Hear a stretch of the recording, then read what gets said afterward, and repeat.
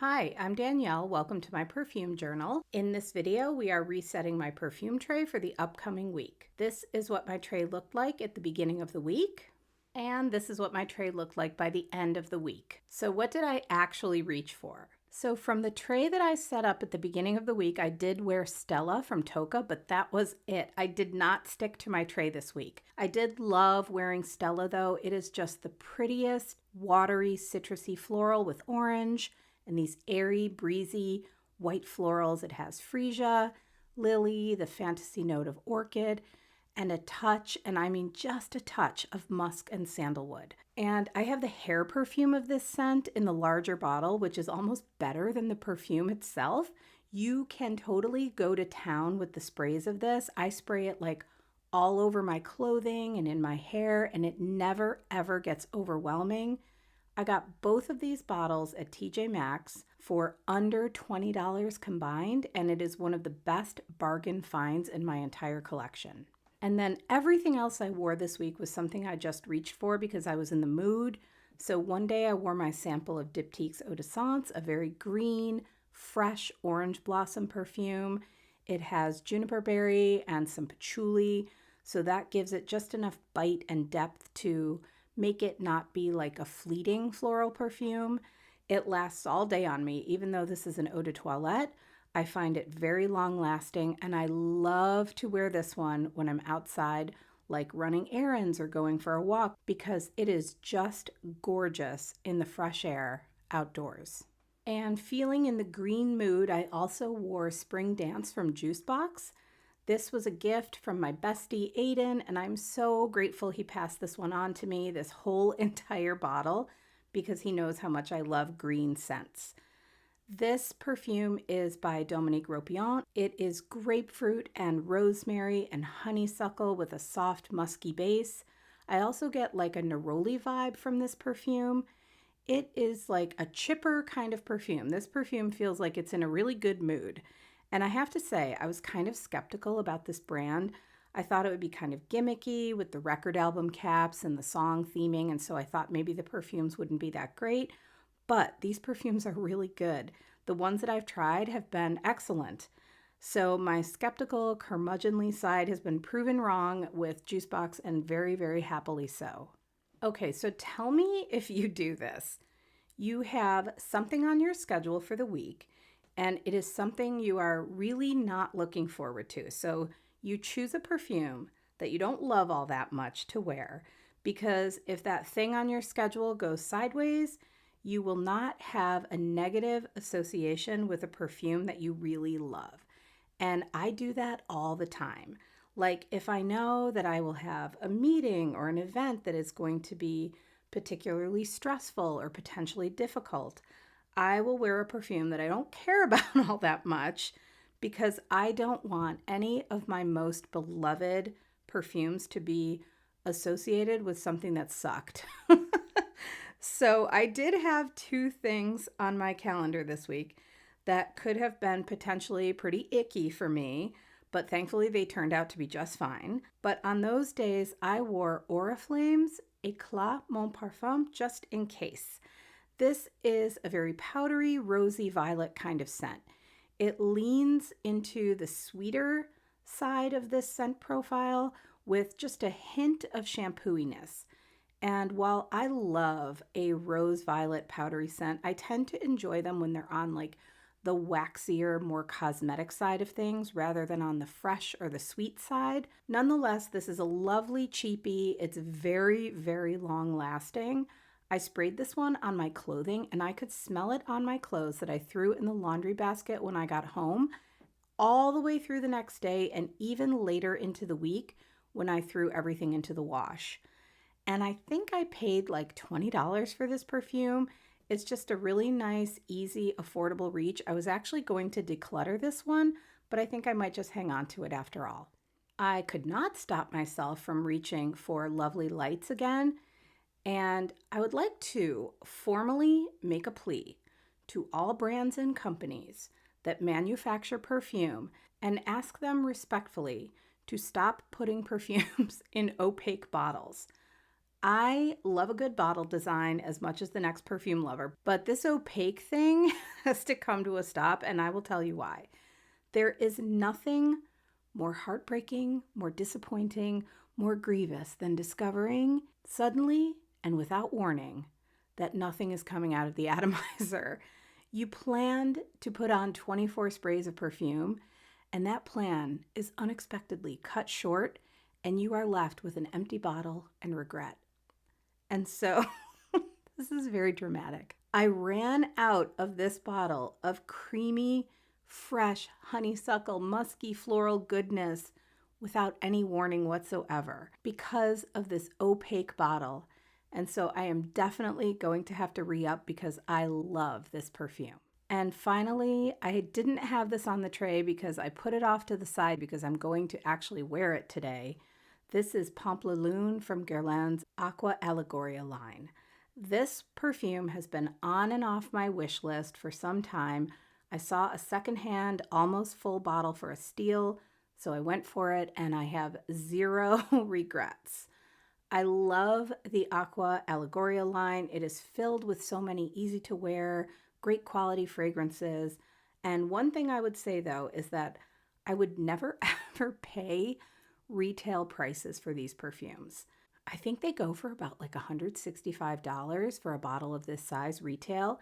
And I even struggle with some of the prices of these on the gray market because they definitely require reapplication, which I do not mind at all. I don't mind reapplying a perfume because honestly, I actually love getting to re-experience the opening of a perfume multiple times a day. But reapplying also means that I am going to be blowing through a bottle of perfume much faster than one that doesn't require that kind of reapplication. So I need those kinds of perfumes to be more reasonably priced. This is about the best grapefruit perfume out there. It is totally unique. Now, I actually hate the opening of this perfume. It smells like cleaning product to me, but in like 2 seconds, that cleaning product scent is gone, and you have this fantastic red grapefruit rind and pulp scent just engulfing you with freshness. And then as it settles down, it sweetens up. It's like you have a bowl of grapefruit sections that are at their ripest, their juiciest, their sweetest, and it is gorgeous, gorgeous, gorgeous. I am so glad I finally just took the plunge on this one. I love it so much. And then for bedtime this week, I reached for Angel Muse again. I am so into that chocolate hazelnut patchouli combo with the AC blasting on a hot night. So good. I wore Violet Ida, of course. A week cannot go by without that being my bedtime scent at least once. Waxy, fatty, rooty orris and carrot with some fuzziness underneath.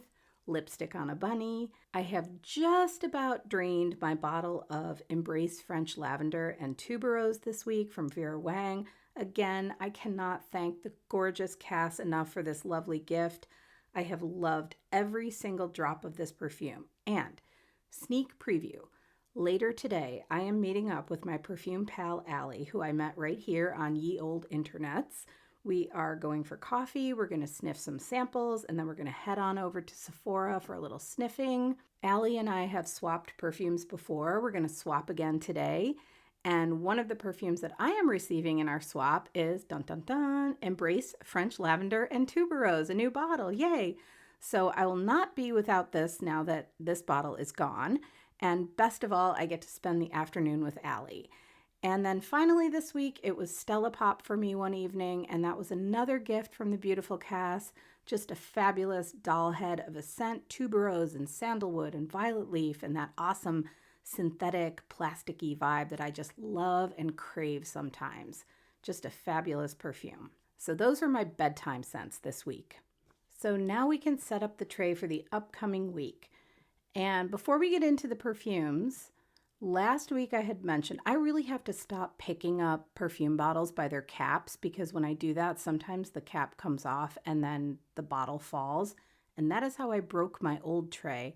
I picked up a bottle of Secret Obsession by the cap pulled off, the bottle fell on the tray and chipped the tray. I tried to fix the chip. It was not cooperating, so it was time for a new tray. And I actually love this tray. It has handles and it's nice and big, and I can really load it up with perfumes. And then my Diptyque Feu de Bois candle has finally burned down to nothing, so I am setting a new candle on my stand. This is Joe Loves Pomelo. It's a really wonderful, crisp, a little bit bitter, citrusy scent. Also comes in a perfume. I love the candle. I love the perfume. So this is what my perfume room is going to be smelling like for the next little while. So first on the tray this week is a Diptyque.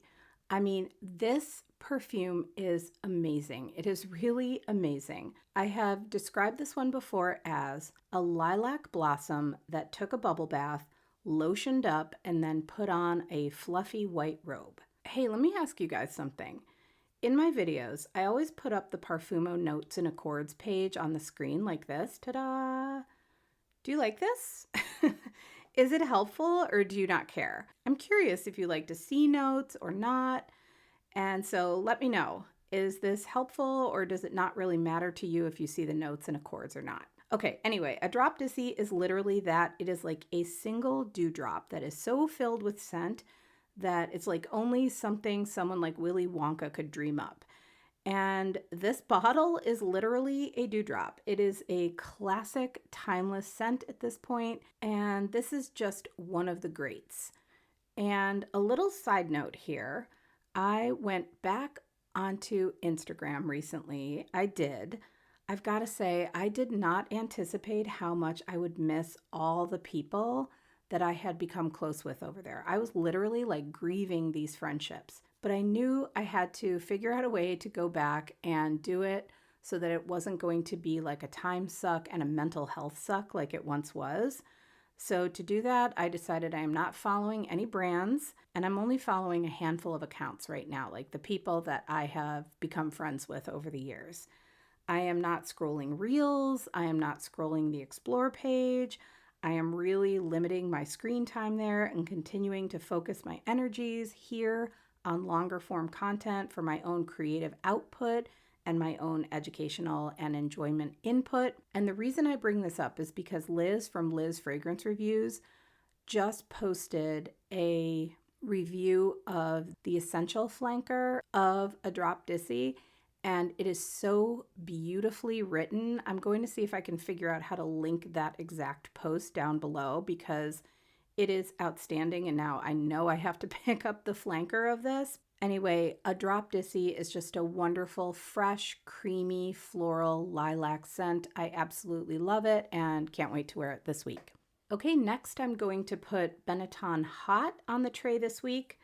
I have seen this perfume compared to Chanel Allure, which I sort of see, but it's like maybe a lighter, more citrusy version of that. And to me, this perfume is an affordable gem in the ugliest bottle ever made. It is a citrusy, woody floral. That is it. And it is blended in a way that there are no like distinguishable notes. You wouldn't smell this and be like, oh, this is a rose perfume or this is a jasmine perfume. It's just a well-blended, citrusy, woody floral. It comes at such a good price. I think I paid like $9 for this huge bottle.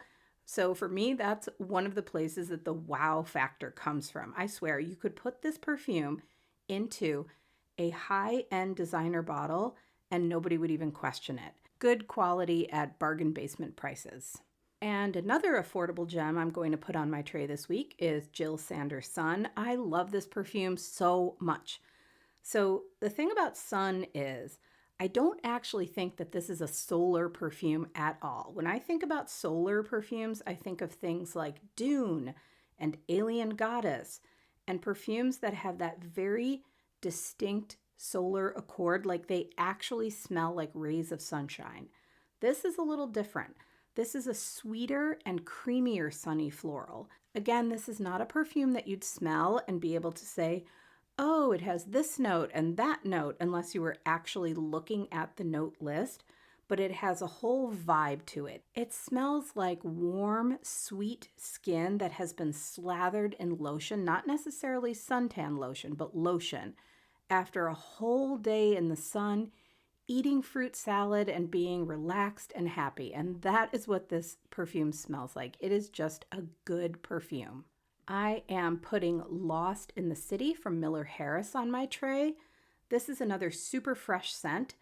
It is one of the very few tea scents that I have ever found that works for me. There is something about a tea note in perfume that doesn't work for me in general. I cannot fully explain it. It leaves me with this like weirdly unsettled feeling, which is odd because I love to drink tea and I love the smell of a hot cup of tea, but in a perfume, I really struggle with tea. Here though, I love it. It is Earl Grey tea with a ton of crisp rhubarb, blackcurrant, and geranium, and it literally smells like a rain cloud poured down Earl Grey tea onto a cold, paved path in a very lush green park. That is what this perfume smells like. It is really wonderful. And finally, I am going to add my vintage bottle of Liz Claiborne to the tray this week. I am in a big time green mood lately, and this is one of my green holy grails. This is a green floral chypre with, to me, a spicy marigold at the heart of the composition. Marigold is actually listed as one of the top notes, but to me, this perfume is all about marigold.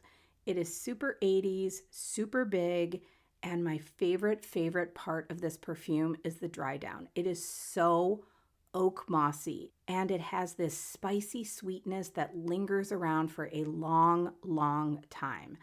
And I am 100% certain that this perfume has ingredients that would totally be banned today, but I am going to get out my Culture Club albums, I'm going to peg my jeans, put on my Tretorns, tease my bangs, maybe get a perm, and wear this perfume this week with reckless abandon.